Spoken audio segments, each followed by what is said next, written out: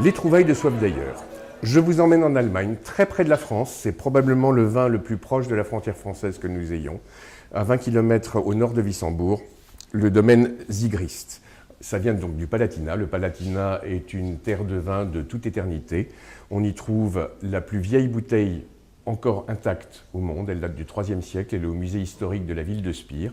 Elle est remplie d'un mélange un petit peu pâteux et bouché par de la cire. Le conservateur du musée chasse les curieux et les ivrognes. On y trouve aussi le plus grand tonneau du monde.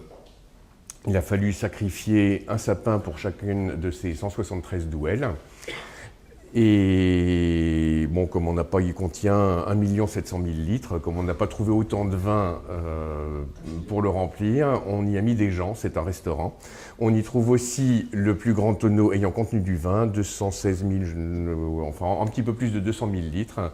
Il a contenu du vin, mais comme il y avait des problèmes d'étanchéité, il n'en contient plus. Et donc Palatinat, beaucoup de vin depuis toujours, et surtout chez Thomas Zigrist. Monsieur Zigrist est le premier vigneron allemand à avoir utilisé le bois pour faire vieillir ses vins. Ce n'était pas une tradition allemande.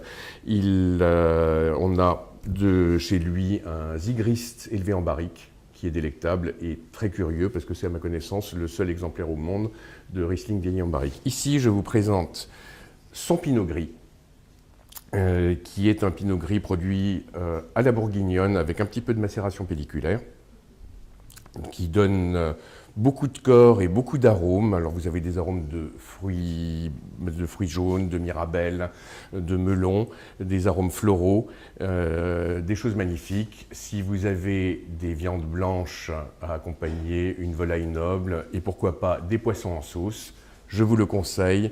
Zigrist Pinot Gris 2013, 23 € chez Soif d'ailleurs.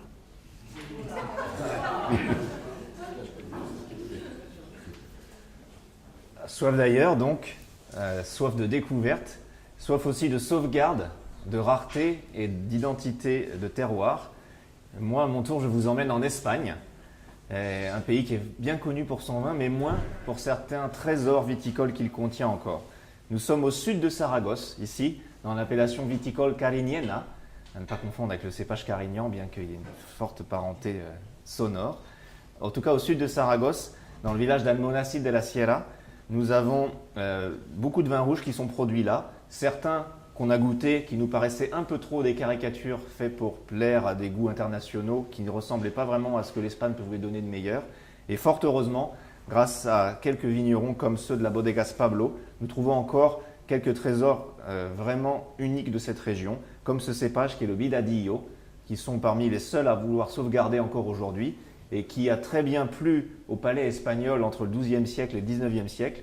Il a fallu que cette petite bête maudite de phylloxéra vienne tout détruire, comme chez nous à la fin du XIXe siècle, pour qu'on se dise finalement pourquoi pas remplacer ce cépage par le grenache noir qui donne de l'alcool plus vite, on peut vendanger plus tôt, c'est plus pratique, faisons donc ça et oublions le Vidadillo.